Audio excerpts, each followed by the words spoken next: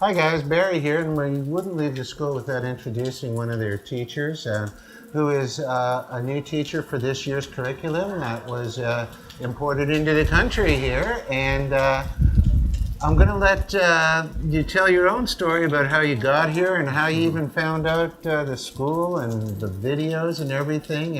And I just found out a few minutes ago that your heritage is half Dominican on your mother's side? Yes, my father's side actually. And for that reason, I've been wanting to move to the Dominican for a long time. I love the people here, I love the culture here, and I know that, being somewhat of a third world country, it needs a lot of help, especially in the educational field, which is one of the reasons that I'm here. Like I said, my grandparents were born and raised in La Romana, and so I have a strong Dominican background. I've visited the Dominican many times, and I've wanted to move here for a long time. I lived the quote unquote American dream. I had a great job. I had just bought a house. Very independent, but I wasn't happy. And whenever I came to the Dominican to visit family or for vacation, I was always happy, stress-free, just enjoying life. And for me, in my beliefs in life, any amount of money is nothing compared to happiness. So for that reason, I started to look for work in the Dominican, and I happened to come across a teaching position here in Cabrera. Submitted my application, did a Skype overseas international interview, and I obtained the position, but under the condition that I had to move here in about 10 days. Ooh. So I literally had a moving sale, sold all of my things, moved out of my house, sold my car, sold all my furniture, all my, microwave, televisions, everything. In 10 days, and got on a plane with my dog and a suitcase of clothes, arrived here, and started my life here. And to be honest, I don't regret anything. I wouldn't change anything. It wasn't easy, and it still isn't easy. It's been 2 months now, and I still don't have internet, but that's part of just going with the flow and living with the pros and cons of the Dominican lifestyle. It's much more laid back. You could get internet though at any of the local cafes. Oh, of course, and Wi-Fi that's also another reason that I'm not I haven't been pursuing it every day. I need internet, because I work here at the school. I'm here no less than 10 hours a day, and there's great internet here at the school. So it hasn't been that big of a concern. So that's just a little bit background about my move. But my experience here in Cabrera has been amazing. The people, amazing. One of my bosses, Ruthie, who is right over there in Orchid Bay, gave me a place to stay for the first 2 nights until I found somewhere to stay. And now I have my apartment and everything all set up, and I'm kind of settling down. But in regards to the school, again, I couldn't be happier.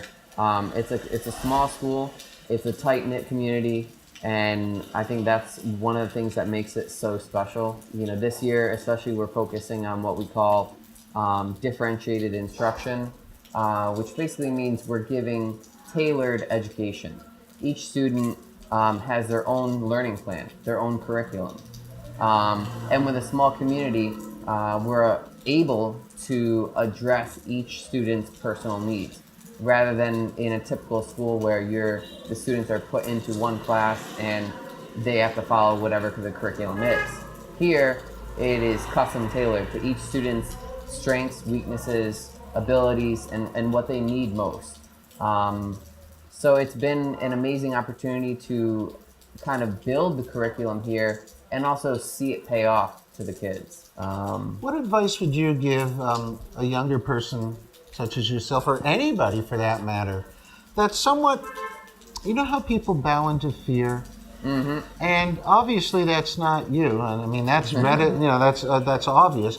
What advice or ideas can you give people that are teetering on, I'm not happy where I am, this country ain't what it was, and what do you think would get somebody besides listening to you to get them off the fence post? What would you tell them to do? What would your advice be? Come and see it for yourself. That's number one. And number two, take a leap of faith. I was actually just talking to a friend of mine that was, teetering on moving to Puerto Rico.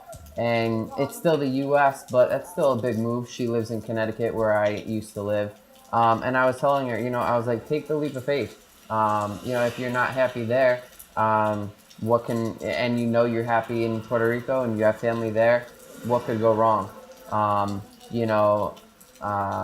knew I would be happy here just because I have family, although not close, in Santo Domingo, La Romana, Santiago, but I just had a feeling for myself that it would be good. Kind of just don't worry, be happy. That was actually another motto that my bosses kind of instilled in me, because obviously moving in 10 days to a foreign country, I had a lot of questions.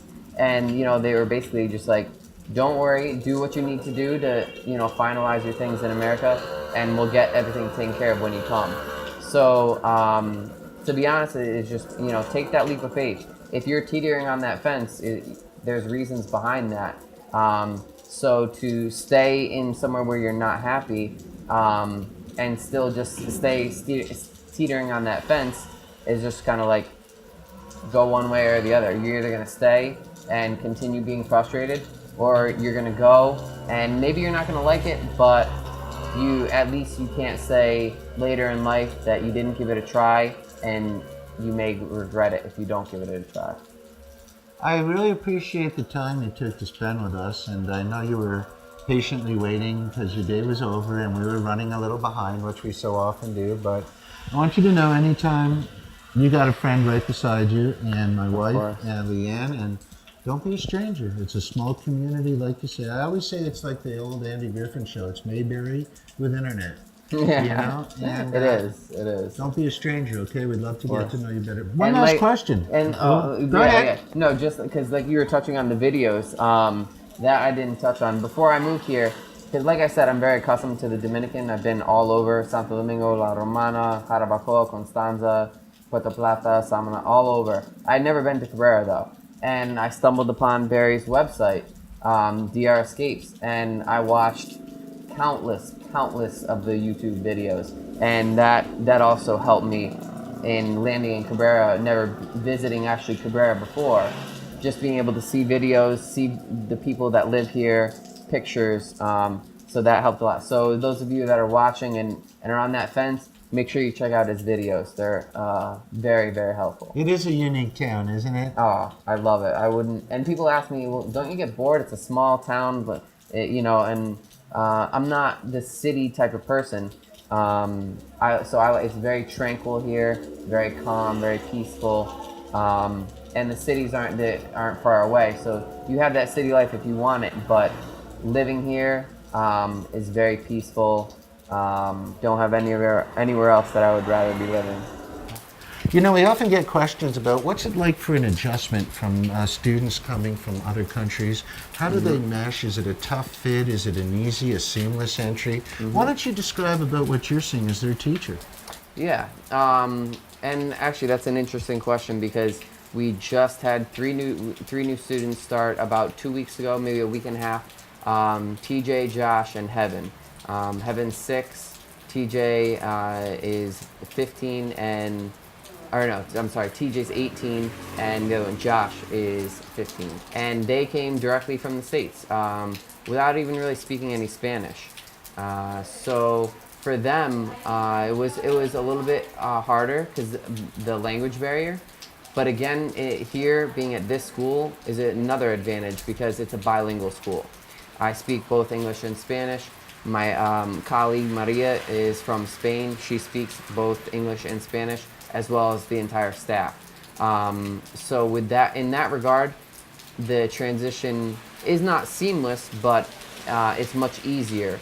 than if you were just to put your student or your daughter, your son into a public school where it's strictly Spanish.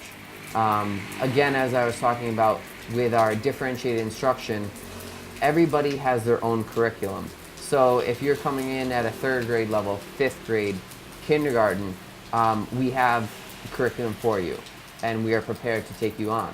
My boss asked me just last week if I would have any problem bringing on 2 more students, and I said absolutely not, because they're not going to be behind in any sense, because everybody has their own specific curriculum. So we would get together, do an assessment, find out their strengths, weaknesses, and basically come up with an independent learning plan. That's what we refer to them as, ILPs, independent learning plans. And each student has their own. So you could basically join halfway through the year and still not feel out of place, because you're going to have your own learning plan, as I said. And also, if you're coming from an English-speaking background, there's teaching in English. If you're coming from a Spanish-speaking background, that's fine too. We also have students that have lived in the States and have come here. Again, no problem. So between the language, the bilingual school, and the independent learning plans, it is a pretty easy transition for any student of any age and of I would any like background. to ask personally you a question myself. Yeah. It would be very interesting to hear your views on how you feel mastering 2 languages. Is it a strength? Do you feel stronger? Do you feel that you're more employable around the world? I want to hear what you feel, because obviously you're very outspoken, and what you're speaking is definitely upper frequency. Mm-hmm. And I'd like to hear it from your point of view, because America basically is one language. Yeah. It is very empowering, and it does make life easier. And that's what actually Josh, one of the new kids that just moved here from the States, at first, that first week, he at the end of the week, he was very frustrated because he didn't know any Spanish at all. And so he was a little bit paranoid. He didn't know if people were talking about him behind his back. The classes were a little bit difficult when the teachers would be speaking in Spanish. And now, even just a week later, knowing a little bit more, he's like, wow, and he's always telling me how he has a girlfriend now and he can talk to girls. And so part of it is being immersed in the language. So anytime you move to a country and you're forced to hear the language every day and speak the language every day, it's going to make it a lot easier to learn. For me, I still have a lot to learn in Spanish. I would consider myself fluent, but things like my grammar isn't perfect. So that's a work in progress, but I love it, especially working at a bilingual school, being able to talk to the kids in both Spanish and in English, even the kids, because obviously me being, born in the States, sometimes if I don't know a word in Spanish, the kids will actually help me with that. And oh no, it's this word and this is how you pronounce it. So living in the Dominican and teaching at a bilingual school is an amazingly unique and awesome opportunity that I'm very grateful for. What career did you leave? I wanted to ask that earlier. What career did you leave in the States? It was also teaching. It was not teaching as far as in a school. Basically, I worked for a company called Playwell Technologies, and what we did with Playwell Technologies is we taught engineering, math, science, architecture to kids using Lego as the teaching medium. And it wasn't just Lego bricks. It was motors and gears, pneumatics, very complex Lego. And so we would teach very in-depth lessons on engineering, math, science, technology using Lego. So that was my teaching background. Fantastic. I really appreciate the time, and don't be a stranger. I mean it too. No, it's on camera. This is Barry, and we're on to the next video.